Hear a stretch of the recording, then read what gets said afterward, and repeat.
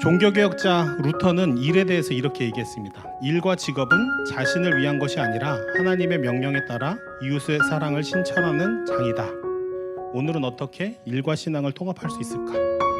또 왜 그러한 삶을 살아야만 하는가를 한번 생각해 보고자 합니다. 먼저 자신의 삶을 부르신 하나님의 응답하는 삶으로서 일은 어떤 의미가 있는지 살펴볼까요? 같이 읽습니다. 시작.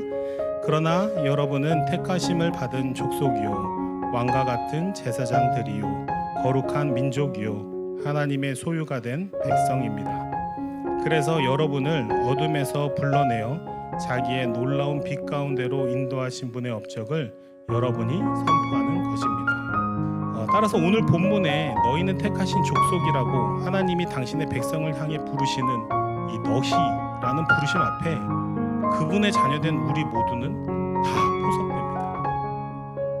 이 하나님의 부르심 앞에 예외인 사람은 아무도 없습니다. 직업의 종류와 상관없이 학력과 혹은 신체의 제한 여부와 상관없이 하나님은 우리 모두를 그분의 사명을 위한 택하신 자로 부르시고 계신 것이죠.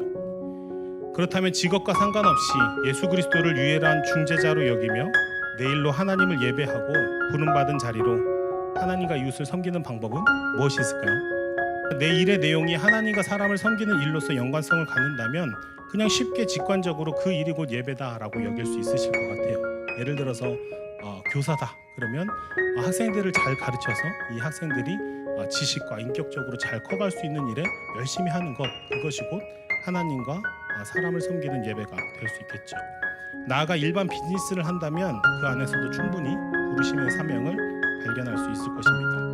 그러나 간혹 사람에 따라서 혹은 일의 내용에 따라서 정말 그 일 자체로 사명을 발견하기 어려운 경우도 있을 수 있겠죠. 예를 들면 자신이 하고 있는 이 일이 너무도 전문적이고 이 고도화된 산업 속에서 너무 분업된 그런 일들이어서 일 자체로 하나님과 사람과의 연관성을 발견하기 어려운 경우들이 있거나, 그렇다면 내가 하고 있는 이 일의 이 직접적인 연관성, 소명의 연관성들을 발견하기 어려울 수 있을 것입니다. 그럼 어떻게 해야 될까요? 이런 경우 일의 내용, 일 자체로 하나님과 이웃을 섬기는 것보다 더 근원적인 부르심을 기억하는 것이 필요한데요.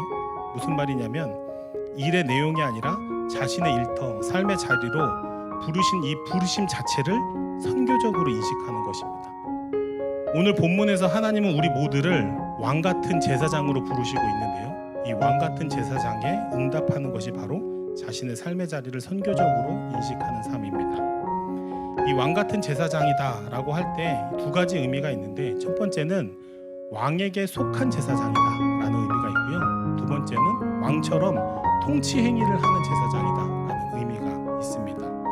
그런데 왕에게 속해서 왕을 섬기는 제사장으로서의 부르심이나 통치 행위를 대리하는 제사장으로서의 부르심이나 사실 실제적인 의미로서는 크게 다르지 않습니다.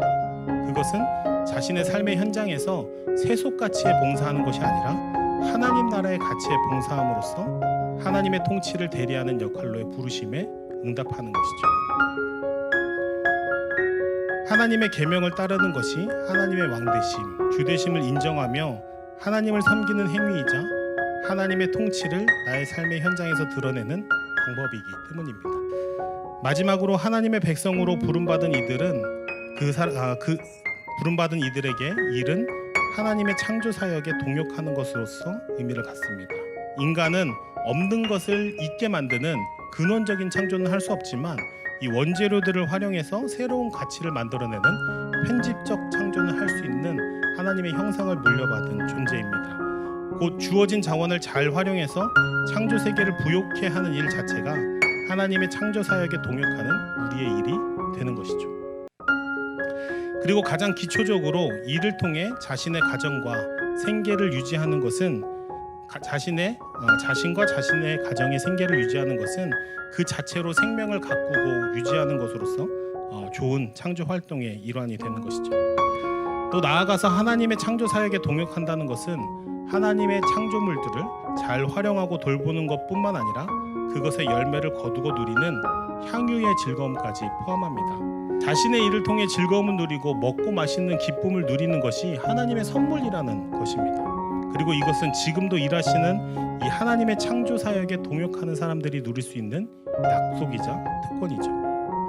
근데 여러분 비전에 관한 설교, 뭐 일과 소명에 관한 메시지들을 많이 들어봤겠지만 항상 이 비전에 대한 또 일과 소명에 대한 이야기들을 들을 때마다 끊임없이 쫓아오던 질문이 하나 있는데 혹시 뭐였나요?